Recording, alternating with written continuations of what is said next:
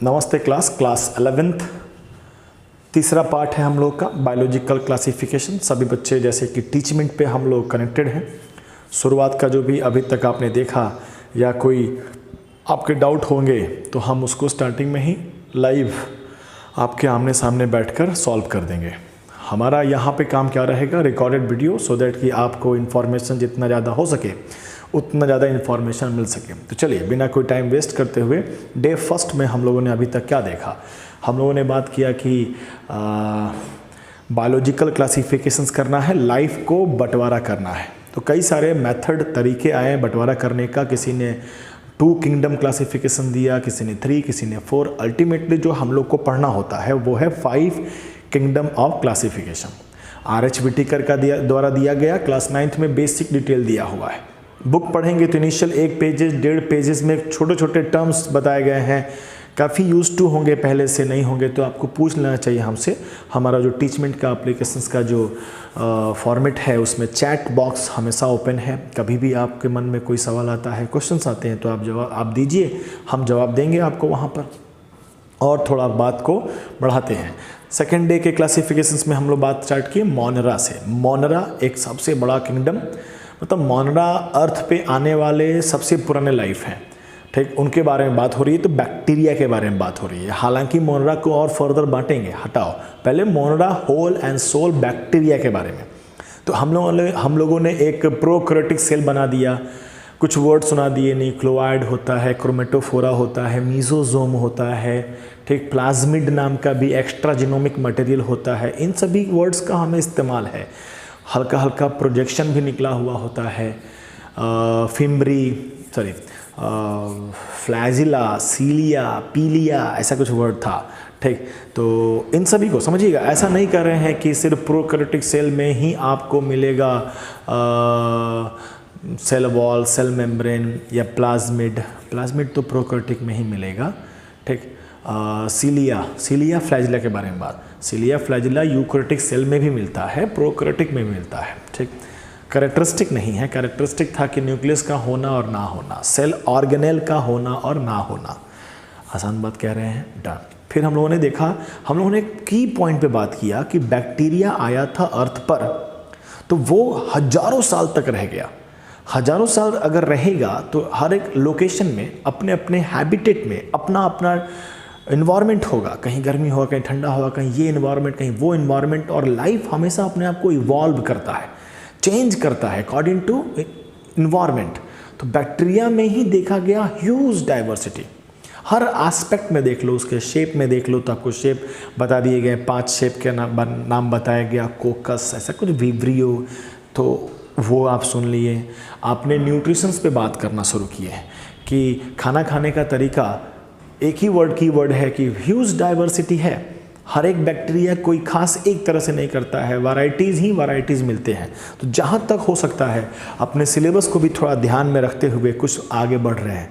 तो हम लोग बात कर रहे थे, जो कल का मेजर टॉपिक था वो था क्या, न्यूट्रिशन। बैक्टीरिया का न्यूट्रिशंस को 2 पार्ट में बांटा गया, ऑटोट्रॉपिक और हेटेरोट्रॉपिक। ऑटोट्रॉपिक में बात किया गया कि वो फोटो ऑटोट्रॉपिक भी हो सकते हैं और कीमो ऑटोट्रॉपिक भी हो सकते हैं। कीमो मतलब केमिकल को तोड़ने के दौरान जो एनर्जी मिलता है, उस एनर्जी का यूज़ करके फूड बनाने के प्रोसेस को कहते हैं कीमो ऑटोट्रॉपिज्म, जिसमें सनलाइट का इस्तेमाल नहीं हुआ। आसान बात कर रहे हैं। फोटो ऑटोट्रॉपिक में बात करते हैं, sunlight is required, very much required. Sunlight की मदद से फूड बनाना। अब उसमें भी 2 कैटेगरी बांट दिए हम लोग, ऑक्सीजेनिक और एनऑक्सीजेनिक। एक ऐसा फोटोसिंथेसिस जिसमें oxygen as a by product निकलता है, ऑक्सीजेनिक कहलाता है, जो क्लास 10 से पढ़ के आए होंगे थोक भाव में।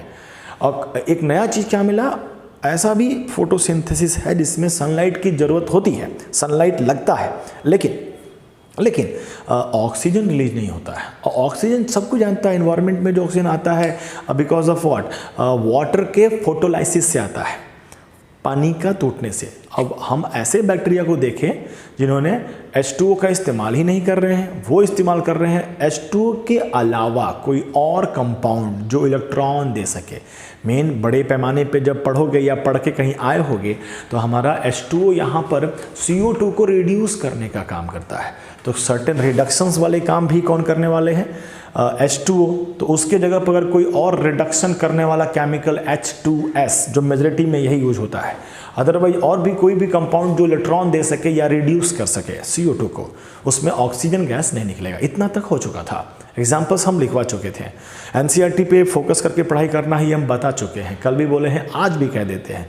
बायोलॉजी में कम से कम समय देना है, जितना कम समय देंगे आपको, वो समय जो बचा है, आप पढ़ने का इच्छा है तो आप फिजिक्स केमिस्ट्री पे ध्यान दे रहे हैं, ठीक। फोकस करके इररिस्पेक्टिव ऑफ इन्वायरमेंट में क्या हो रहा है नहीं हो रहा है उससे कुछ नहीं फ़र्क पड़ता है आपको। आपका अपना काम है कि आप अपने फोकस करके अपने स्टडी को, जो आपका काम है वो करिए, ईमानदारी से करिए, जान लगा करिए, स्ट्रैटेजी के साथ करिए कि किसको कितना समय देना है हमको। डन।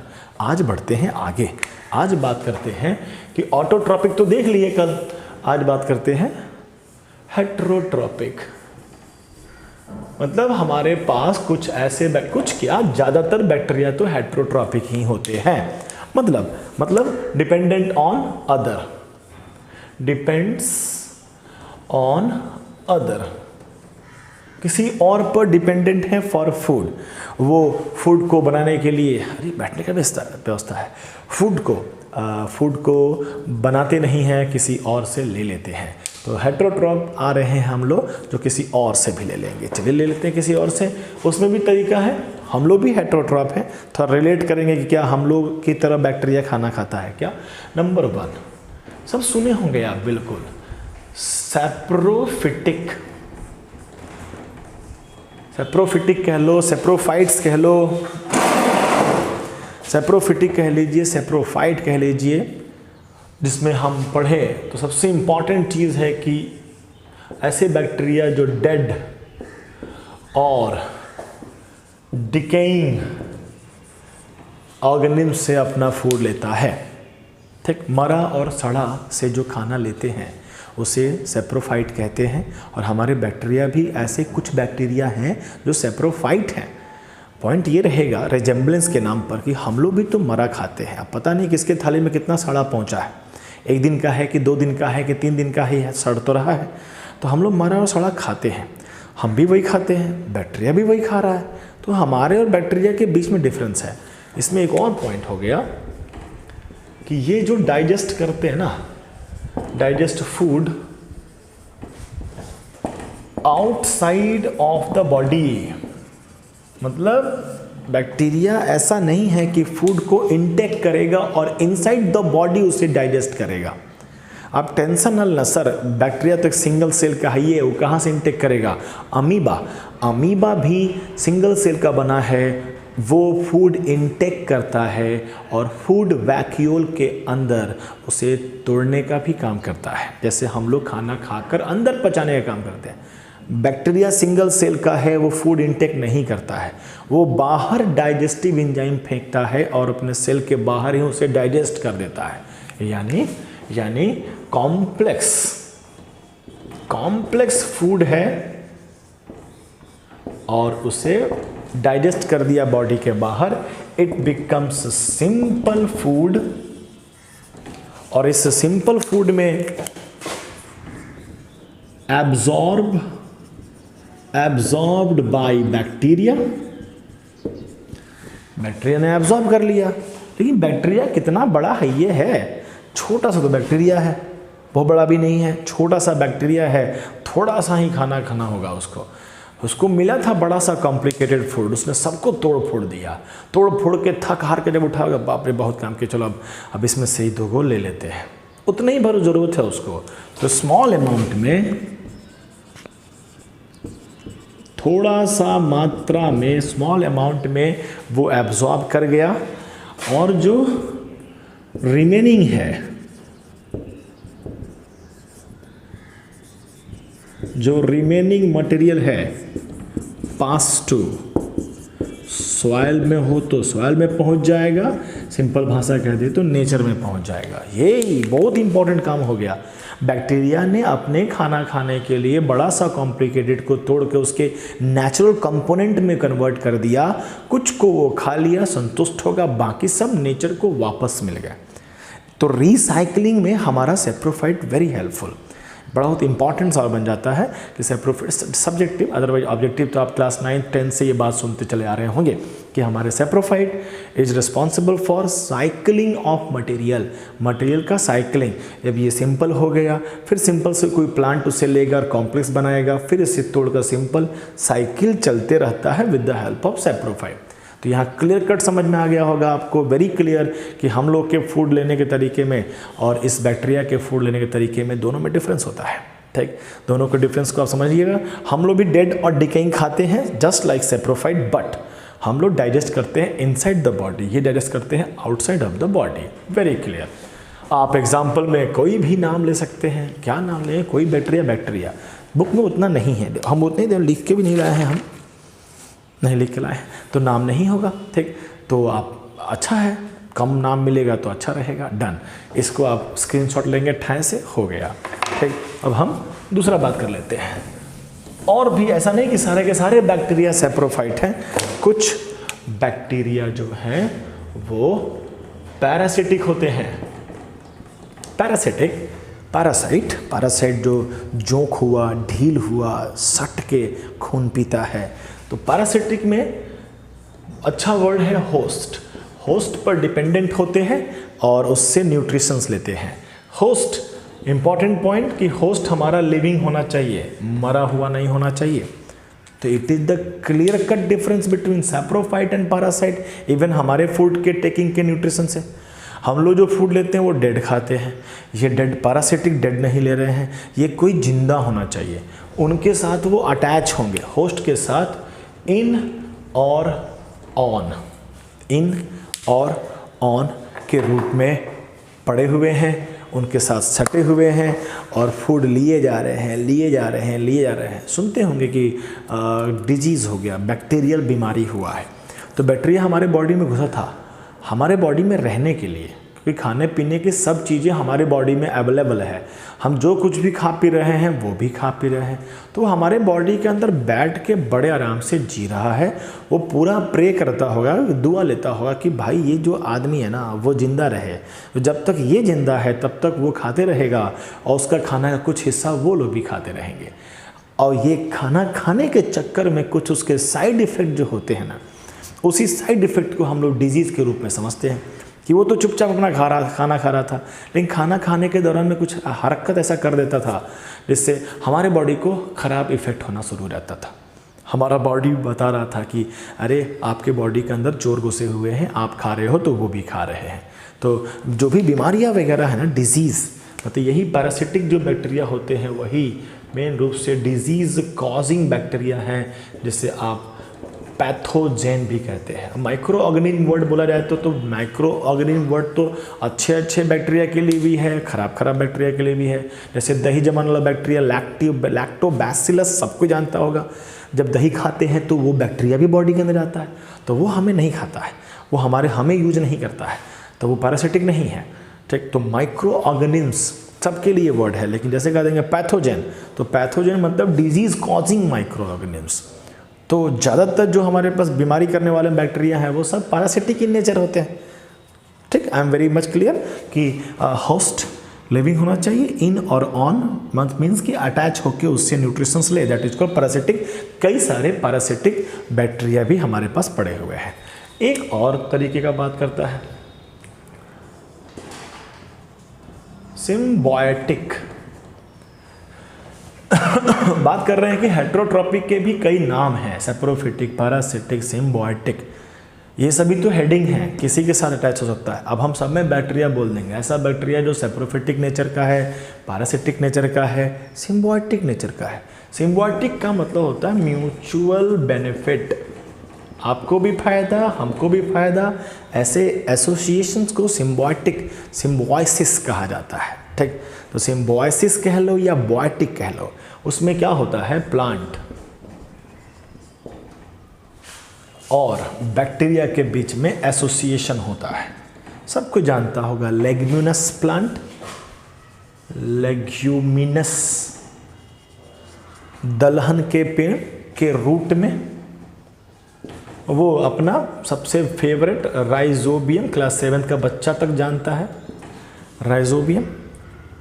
ठीक, कनेक्ट हो गया। अब बैक्टीरिया क्या कर रहा है, इस प्लांट को दे रहा है नाइट्रोजन,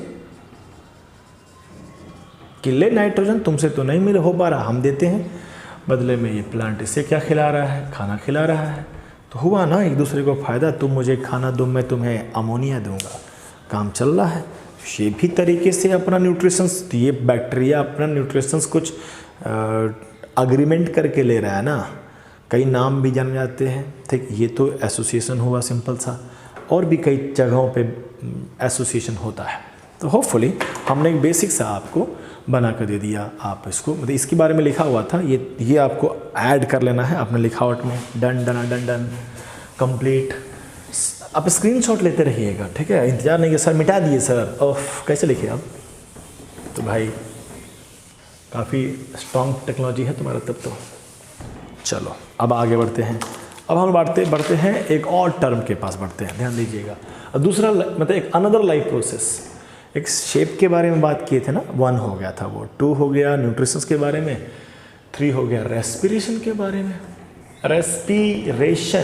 रेस्पिरेशन का मतलब होता है एनर्जी ऑब्टेनिंग प्रोसेस, एक ऐसा प्रोसेस जिससे एनर्जी मिले, और विदाउट एनर्जी तो अर्थ पर का कोई लाइफ सर्वाइव ही नहीं करेगा। अगर अर्थ पर के लाइफ को सर्वाइव करना है तो उसे रेस्पिरेशन करना होगा। रेस्पिरेशन का एक और मीनिंग समझ लेते हैं कि जो भी डाइजेस्टेड फूड है, जो भी फूड है, अब ह्यूमन बीइंग की तो बात है नहीं कि डाइजेस्टेड करेंगे, कोई भी फूड जो बैक्टीरिया के बॉडी के अंदर आ चुका है उसे तोड़ेगा और उससे क्या बना लेगा, एनर्जी, सिंपल। अब इसको करने में आप सुने होंगे शायद कि इसको करने में ऑक्सीजन का रिक्वायरमेंट होता है, विथ ऑक्सीजन, और इसको करने में विदाउट ऑक्सीजन का भी होता है। इस तरीके से क्लास 10th में ही पढ़ लिए होंगे, आपके पास एरोबिक और एनारोबिक वर्ड आ गए होंगे, आसान सा सिंपल सा बात। तो there are 2 type of respiration, aerobic and anaerobic respirations. ऐसा देखने को मिला बैक्टीरिया के अंदर कि बैक्टीरिया में तो सारे हैं, बैक्टीरिया में एरोबिक बैक्टीरिया भी है, मतलब ऐसा बैक्टीरिया जो ऑक्सीजन की प्रेजेंस में अपना काम करता है, एनर्जी प्रोडक्शन का काम करता है, ऑक्सीजन मिलेगा तब काम कर पाएगा। कुछ ऐसे भी बैक्टीरिया मिले हैं जिनको ऑक्सीजन की जरूरत ही नहीं है। देख रहे हो डाइवर्सिटी, की वर्ड तो अपना ये था कि देयर आर ह्यूज डाइवर्सिटी। हमारा बैक्टीरिया ऐसा नहीं कि एक ही पैटर्न पे काम कर रहा है, different bacteria have different there activities, कोई एरोबिक कर रहा है, कोई एनारोबिक कर रहा है। तो हमें ये बहुत आसान टर्म था, इसमें मेहनत नहीं करना था हमको। तो ये तो लिखे ना लिखे, एनसीईआरटी इतने तक बोलना चाहता था तो छोड़ दिया, बोल दिया एनसीईआरटी कि तुम समझ लो कि ह्यूज डाइवर्सिटी है तो एक टाइप पे कुछ होगा, नहीं हो सकता वो अलग अलग हो, ठीक है। हम क्या करते हैं इसमें, 1-2 हम आपको टर्म सिखाना चाह रहे हैं, वर्ड सिखाना चाह रहे हैं दोनों में। एक कह देते हैं ऑब्लिगेट, मतलब ऑब्लिगेट इंग्लिश वर्ड है जबरदस्ती, मजबूरी में, मतलब जब चाहिए ही चाहिए। मतलब क्या, एरोबिक मतलब ये हुआ, अगर कहें एक ऐसा बैक्टीरिया है जो ऑब्लिगेट एरोबिक है, मतलब ये हुआ कि ये जो एरोबिक का कंडीशन से एकदम वो ही चाहिए, मजबूरी है ये कंडीशन, मतलब ऑक्सीजन चाहिए ही चाहिए। वो बात तो बिल्कुल नहीं कर रहे, ठीक। यानी अगर ऑब्लिगेट एरोबिक बैक्टीरिया है तो will not survive in absence of oxygen gas. बहुत बड़ा बात तो कह नहीं है, तुम भी सोच रहे हो वैसे क्या कह रहे हो, वही तो समझ ही रहे हैं। ऑक्सीजन के प्रेजेंस में रेस्पिरेशन का प्रोसेस करता है, ऑक्सीजन नहीं होगा तो मर जाएगा। तो क्या लिख दिए, सही बात है, यहाँ पे कुछ विशेष बात नहीं है। लेकिन एक और वर्ड है फैकल्टेटिव। मतलब होता है फ्लक्चुएटिव। फ्लक्चुएट समझता है ना कि बहुत फ्लक्चुएटिंग है, कभी इधर कभी उधर फ्लक्चुएट कर रहा है। हम अभी हेडिंग क्या बनाए हुए हैं, एरोबिक। एरोबिक का मतलब हुआ कि ऑक्सीजन चाहिए ही चाहिए। अब यहाँ फैकल्टेटिव लिख के क्या कहना चाहते हैं कि अगर ऑक्सीजन ना हो तो भी ये जिंदा रह जाएगा। समझना, ऑक्सीजन ना हो मर जाना चाहिए। कुछ ऐसे बैक्टीरिया मिले जो ऑक्सीजन के प्रेजेंस में रेस्पिरेशन करते हैं, एक्सपेरिमेंट किया गया, ऑक्सीजन गायब किया गया, ऑब्वियस मर जाएंगे, मर गए। कुछ बैक्टीरिया नहीं मरा, आदमी सरप्राइज है ये क्यों नहीं मरा। तो उनसे पूछा गया बैक्टीरिया पड़ा है तुम मरे नहीं यार, ऑक्सीजन तुमको तो दिए नहीं। तो बोला है, कुछ समय के लिए हम लोग अपना मैकेनिज्म को बदल भी देते हैं, डाइवर्सिटी है, अजीब है हम लोग। ओह मैंने बिना ऑक्सीजन में भी तुम सरवाइव कर लेता है, तब तो तुम अजीब एरोबिक बैक्टीरिया है। नहीं हुआ, अजीब एरोबिक है जो एनारोबिक भी है, एरोबिक एनारोबिक भी है, फैकल्टेटिव एनारोबिक। समझ लो क्या लिख रहे हैं, एरोबिक में एनारोबिक। कैसा एनारोबिक? फैकल्टेटिव मतलब है एरोबिक, है ऑक्सीजन के प्रेजेंस में अपना काम करता है, लेकिन अगर ना हो तो भी कोई चिंता वाली बात नहीं है, वो अपने आप को जिंदा रख लेगा, मेथड बदल के काम कर लेगा। कैसा मेथड? एनारोबिक वाला। हाँ, अब कुछ ऐसे हैं ऑब्लिगेट हैं, मतलब भाई साहब ऑक्सीजन बदल दिए तो अपने आप को बदल नहीं सकते, वो मर जाएंगे। तो अब दिख रहा है ना ये term obligate aerobic bacteria, facultative aerobic bacteria. अब फैकल्टेटिव एनारोबिक, समझ रहे हो, एरोबिक में फैकल्टेटिव एनारोबिक। क्वेश्चन पूछेंगे फैकल्टेटिव एनारोबिक में जो होते हैं वो एरोबिक होते हैं कि एनारोबिक होते हैं? एरोबिक होते हैं। This is condition supplied, star मार दें, condition supplied. But in general cases वो क्या है, वो तो एरोबिक है ना। जब कभी कभी का मौका मिलेगा तो एनारोबिक भी कर सकते हैं। सेम पैटर्न को इधर बांट दें। अब ये ऑब्लिगेट है, मतलब दिस कंडीशन इज नेसेसरी, यानी इन एब्सेंस ऑफ ऑक्सीजन चाहिए ही चाहिए। अगर प्रेजेंस ऑफ ऑक्सीजन कर देंगे निपट जाएगा, यहाँ ऑक्सीजन इसके लिए खतरा काम कर जाएगा। तो कह रहे हैं ऑब्लिगेट मतलब सेम चीज लिख रहे हैं ना उधर वाला, विल नॉट सर्वाइव इन, अब थोड़ा सा बदल रहे हैं, प्रेजेंस ऑफ ऑक्सीजन गैस। समझा वर्ड, समझा, मीनिंगफुल बातें हैं, कंसेप्चुअल पॉइंट बता रहे हैं हम आपको। तो कह रहे हैं ऑब्लिगेट एनारोबिक है एक बैक्टीरिया, ऑब्लिगेट एनारोबिक है। लग रहा है ना कि अब हम लोग 11th में आ चुके हैं, छोटा मोटा बात खत्म हो रहा है, थोड़ा बड़ा बड़ा बात कर रहे हैं हम लोग। Obligate anaerobic bacteria, it means कि ऐसा बैक्टीरिया जिसको कंडीशनल है कि मजबूरी है, ऑब्लिगेट मतलब मजबूरी, ज़बरदस्ती नहीं चाहिए ऑक्सीजन, दे दोगे ऑक्सीजन तब मर जाएगा। ठीक, अब हमारे पास कुछ एनारोबिक बैक्टीरिया थे, हमने एक उसमें थोड़ा डाला ऑक्सीजन, कुछ मर गए। तो हमने कहा वो अपने उसूलों के सिद्धांत पे थे कि हमें ऑक्सीजन नहीं चाहिए, मैं दे दोगे तो मर जाएंगे। और कुछ बैक्टीरिया बच गए। कौन से बैक्टीरिया? एनारोबिक बैक्टीरिया, जिन्हें ऑक्सीजन से कोई मतलब नहीं है, और उन्हें हम ऑक्सीजन दे दें तो मरे नहीं हैं, वो सर्वाइवल मोड में। ठीक, यानी वो शायद बदल गए, नहीं हुआ बदलने वाला बात। यहाँ पर भी सेम वर्ड लिखे ना, facultative condition supplied, changeable conditions. किस बैक्टीरिया के लिए? एनारोबिक बैक्टीरिया के लिए। समझ रहा है, एनारोबिक बैक्टीरिया के लिए फैकल्टेटिव लिखेंगे तो यहाँ क्या लिखेंगे? एनारोबिक लिखेंगे कि एरोबिक लिखेंगे? क्योंकि अब तो ऑक्सीजन देने वाले हैं, ऑक्सीजन जब देंगे तो अगर मर गया तो वो तो ऑब्लिगेट है, अगर नहीं मरा मतलब शायद वो फ्लक्चुएट कर गया, शायद वो ऑक्सीजन का यूज भी करने लगा, तो बड़ा खेलने वाला बैक्टीरिया हो गया। राइट, समझ रहे हो बात को? तो ये हो गया। हमें क्या लिखेंगे हम लोग? Aerobic, facultative aerobic bacteria can survive in presence of oxygen, और यहाँ क्या लिखेंगे? Can survive in absence of,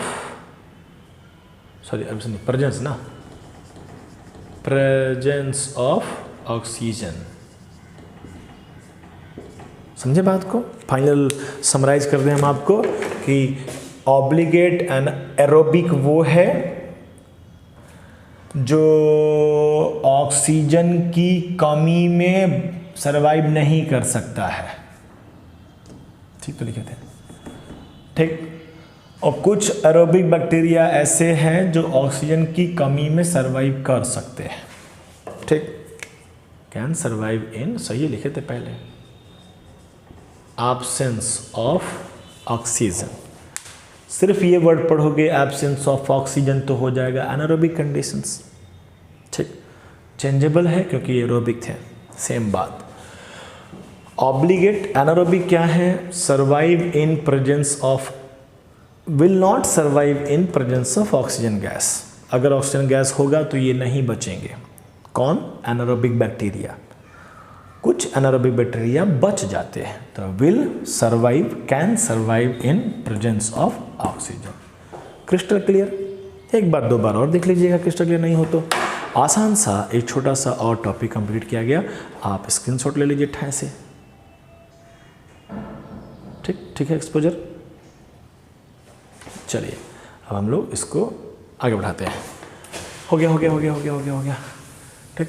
ज़्यादा बात नहीं है, लैंग्वेज लिख दी है, अदरवाइज तुमको सिर्फ वर्ड करोगे तो काम चल जाएगा। एनसीईआरटी तो उतना भी नहीं गया है, लेकिन बहुत ही छोटे छोटे टर्म हैं, तो छोटे छोटे टर्म्स को हम लोग क्लियर कर रहे हैं। आ जाओ लास्ट टर्म, ठीक, लास्ट खत्म ही कर देते हैं। अब बात करते हैं reproductions. Productions of new life is called reproductions, very ancient life. तो एसेक्सुअल रिप्रोडक्शंस ही ध्यान में होगा, समझिएगा। इसमें हम पहला बात करते हैं एसेक्सुअल रिप्रोडक्शन। क्लास 10 से प्रकट होके आए हो तो प्रकटे हुए हो, पास तो कहाँ हुए हो। एसेक्सुअल रिप्रोडक्शंस में हो गया कि सिर्फ एक लाइफ नया लाइफ बना देगा, कौन नहीं जानता है। सबसे पुराना लाइफ है, सबसे सिंपल लाइफ, तो यही काम करने वाले हैं। तो उसका सबसे पहला बात करें तो हम लोग बाइनरी फ्यूजन सुने होंगे, सबसे आसान सा तरीका कि हमारा जो आपके एनसीईआरटी में भी फोटो बना कर दिया हुआ है, ऐसा कुछ बैक्टीरिया दिखाया हुआ है। मान लीजिए this is there genetic material. अब इन्हें करना है reproductions, formations of new life from the previous one. तो ये क्या करेंगे, अपने सेल में सेल का बंटवारा करना शुरू करेंगे, और साथ ही साथ ये जो उनका जेनेटिक मटेरियल है उसका बंटवारा कर लेंगे। सिंपल बात कर रहे हैं, थोड़ा सा ध्यान दे दें हम यहाँ पे आपको, यहाँ पर कि यहाँ जो ये जो था मीजोजोम, यही मीजोजोम इनको पकड़कर इनको अलग अलग बांटने का प्रोसेस करता है। ध्यान समझिएगा, यहाँ बराबर बंटवारा जरूरी नहीं है। ऐसा नहीं कि बिल्कुल बराबर बंटवारा करेगा, ऐसे ही लचर पचर स्थिति में रहता है। कैसे पकड़ कर खींच खांच कर रेप्लिकेशंस वगैरह होते हैं, जेनेटिक मटेरियल डबल होता है, और जैसे वैसे भी हो अलग अलग करके इधर इकोना उकोना फेंक दिए। और जब बीच का साइटोप्लाज्म का भी बंटवारा हो गया तो फिर एक नया सेल बन गया विद देयर जेनेटिक मटेरियल। इन्हें डॉटर सेल कहा जाता है। नाम है नए सेल को डॉटर सेल, क्योंकि ये फिर नया प्रोड्यूस करेंगे।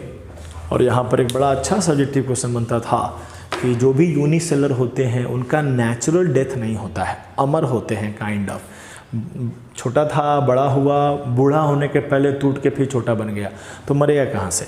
तो नेचुरल डेथ तो है नहीं। नेचुरल डेथ मतलब आर्टिफिशियल तो मर सकता है ना, रोड पे घूम रहा हो, ट्रक कचार चला जाए तो मर ही जाएगा ना, बड़ा बात नहीं है, आसान बात, ठीक।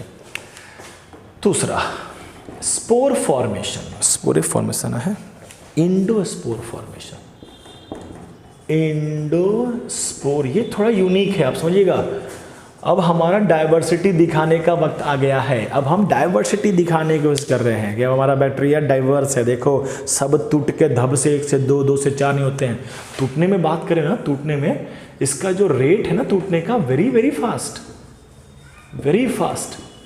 अगर हम बांटें तो एक फार्मूला ही बन जाता है बायोलॉजी में फार्मूला n बराबर number of generation. First generation 2 के पावर 1 तो कितना हुआ 2, हाँ, तो ये फर्स्ट जनरेशन है। फिर 2 से बनेगा 4, फिर 4 से बनेगा 8। एक्सपोनेंशियल बढ़ते हैं। इनका रेट इतना फास्ट होता है कि अगर इन्हें 2 दिन अलाउ कर दिया जाए तो पूरे धरती पे छा जाएंगे। तो 4 दिन और अलाउ कर दिया जाए तो इतना मोटा मोटा लेयर बना देंगे बैक्टीरिया का चारों तरफ। तुम्हें साथ 2-4 दिन छोड़ते नहीं है क्या हम लोग पकड़ रखते हैं। बहुत परेशानियां हैं, सबके ज़िंदगी में परेशानियां हैं, बैक्टीरिया के भी ज़िंदगी में परेशानियां हैं। बेचारा तकलीफ़ में रहता है, ठीक। बेचारा चाहता तो है कि 1 से 2, 2 से 4, 4 से 8 कर देते, बिजली कड़क गया, मौसम ख़राब हो गया, इन्वायरमेंट चेंज हो गया, एसिडिक इन्वायरमेंट हो गया, हम लोग खांस दिए, छींक दिए, कुछ वायरस बेचारे पे अटैक कर दिए, वायरस से बेचारा भाग रहता है, मार दिया उस सबको। नेचुरल डेथ नहीं, इधर उधर से मार दे रहे हैं हम उसको। अगर अनडिस्टर्ब छोड़ दिया गया ना तो बैक्टीरिया का हथियार है, गजब का ग्रो करता है बैक्टीरिया, इसी तरीके से जीतता है। एक सिंपल सा एक अकेला बैक्टीरिया से हमें कुछ नहीं होने वाला है, लेकिन वही रह जाए 2-4 दिन 5 दिन तो वो पूरा बॉडी में छा जाएगा, तब भाई हटाने में दिक्कत होगा, बहुत प्रॉब्लम होगा, ठीक। जो जहाँ पे है वो वहाँ पर एक्सपोनेंशियल ग्रोथ कर रहा है इन्फॉर्मेशन, ठीक है। और बात करते हैं इंडो। अब वैरायटी देखो, अनदर टाइप का बैक्टीरिया। मान लो कि ये हमारा एक बैक्टीरिया है, इसका ये जेनेटिक मटेरियल है, सेल मेम्ब्रेन, जेनेटिक मटेरियल, थोड़ा सा साइटोप्लाज्म, राइबोसोम, हो गया एक सिंपल सा सेल का फॉर्मेशन। अब इस बैक्टीरिया को लगा कि अब हम बचने वाले नहीं हैं, मर जाएंगे, तो सर 1 से 2 बन जाओ। अरे 1 से 2 भी बनेगा तो बाहर का इन्वायरमेंट ख़राब है, एक्सटर्नल कोरोना घूम रहा है मार्केट में, मार देगा उसको भी। जाति बचाने की बात हो रही है अब तो, मतलब अब तो राज परिवार नहीं बचेगा, तो अब तो राज परिवार का जो राजकुमार है उसे बड़ा सेफ्टी में छुपा उपा कर अज्ञातवास में रखना पड़ेगा, कोई जाने नहीं कि राजकुमार है। जो बड़ा होगा फिल्म के अंत में पता चलेगा अरे ये तो अपना राजकुमार है। तो वही वाला कंसेप्ट समझो, हमारा जो बैक्टीरिया है भाई साहब, इसको लगा डर कि है इनफेवरेबल कंडीशन, इतना से काम चल जाएगा, इनफेवरेबल कंडीशन। तो ये बाइनरी फ्यूजन करेगा तो इन दैट इनफेवरेबल कंडीशन वो सर्वाइव नहीं कर पाएंगे, मरने के फुल चांसेस। तो in that condition what they do, they form genetic material. ये तो पहला स्टेप तो है ही, किसी भी बाइनरी फ्यूजन का पहला स्टेप तो यही है कि जेनेटिक मटेरियल का बंटवारा कर दिया जाए, और उसके बाद सेल का बंटवारा नहीं करेंगे, इसके ऊपर ये कवर बनाने लगेंगे, strong cover, hard cover, very resistant, पानी से, एसिड से, टेम्परेचर से, अंदर वाले को वजह राजकुमार का प्रोटेक्शन, समझ रहा है, छुपा रहे हैं, हजारों साल तक सरवाइव कर सकता है, अंदर पड़ा हुआ है, 1000 साल पहले का बैक्टीरिया का ये जो बना दिए इसे कहते हैं स्पोर। अब ये सेल के अंदर बना है तो इंडो है, endospore, made up by calcium.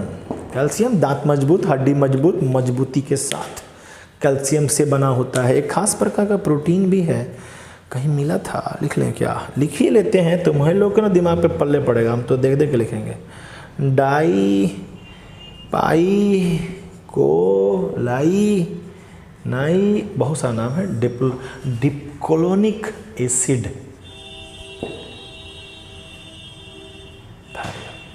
कोई बात नहीं, हो सकता तो रख लेना, नहीं तो नहीं रखना।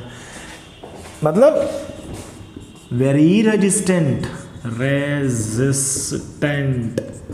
मतलब प्रतिरोधक क्षमता बहुत ज़्यादा है, और वेटिंग फॉर, मर गया, उसके बाद बैक्टीरिया मर गया, वेटिंग फॉर फेवरेबल कंडीशन, बढ़िया कंडीशंस के इंतजार में पड़ा हुआ है। बैक्टीरिया मर गया, हो सकता है उसके ऊपर पड़ा, हो सकता है टूट फूट के इसमें से बाहर निकल गया हो, पड़ा हुआ है, कोई बात नहीं, जिस दिन मिलेगा बढ़िया मौका वो आके कहेगा आ गए हम, अभी हम जिंदा हैं, राइट। तो नया लाइफ बन गया ना, तो यहाँ तो तुरंत बन गया था लाइफ, यहाँ थोड़ा रुक के लाइफ बना, आसान। यहाँ पर सिंगल लाइफ बना रहा है। डाइवर्सिटी देख रहे हो, डाइवर्सिटी तो हद हो जाएगा जब थोड़ा हम आगे बढ़ेंगे। क्या, अब हमारा बैक्टीरिया, कुछ बैक्टीरिया में ऐसा दिखा कि उनके जेनेटिक मटेरियल किसी अन्य जेनेटिक मटेरियल से कंबाइंड हो रहे हैं। ऐसा तो सेक्सुअल रिप्रोडक्शंस में होता था कि मेल है, फीमेल है, मेल ने बनाया सेल, फीमेल ने बनाया cell, that is called gamete. इनके जेनेटिक मटेरियल आपस में फ्यूज़ हुए, कहने के लिए गैमेट का फ्यूजन किए, लेकिन इन रियलिटी में तो अपने न्यूक्लियस का फ्यूजन किए हैं।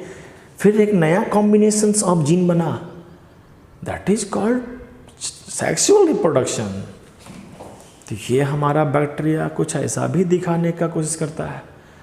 मतलब देख रहे हो डाइवर्सिटी, सिंगल सेल वाला भी उतना स्पेसिफिक तो नहीं कि लिंक करेगा, तो बहुत है। 35 मिनट का वीडियो बन गया। हम आपको हिंट भी कर गए कि अभी हमको बाकी बात ये करना है कि कुछ रिप्रोडक्शंस में एक कदम और आगे बढ़ना है हमें। Binary fusion, endosperm formations, typically asexual reproduction, but हल्का हल्का सेंस मिलता है कुछ सेक्सुअल भी करने का ट्राई करते हैं, देखेंगे। ठीक, इसी को तो लेके कल पढ़ा जाएगा और उसके बाद थोड़ा मोनोलॉग को 2 पार्ट में कर थोड़ा बहुत पढ़कर ख़त्म। हम नोट्स भी बना कर देंगे, कुछ एग्जाम्पल्स ढूंढ के एग्जाम्पल्स लेके आएंगे, NCERT प्लस जहाँ तक आपका रेंज जा सके। हाँ, किसी बच्चे के मन में एम्स निकालने का भी ख्याल हो, ठीक, हाँ ख्याल आपका हो सकता है, कुछ भी हो सकता है। ठीक, तुम अपना क्षमता भले मत देखो, लेकिन तुम्हारा एम शुड बी हाई। कोई बचपन में सिखा दिया होता है कि ऊंचाई पर देखो, नीचे तो लग ही जाएगा। कोई बात नहीं, अपने हिसाब से देख लेंगे, हो जाएगा, नो प्रॉब्लम। ठीक, तो काफ़ी है, स्क्रीनशॉट आप ले ही चुके हैं। आगे मिलते हैं कल। ठीक, धन्यवाद।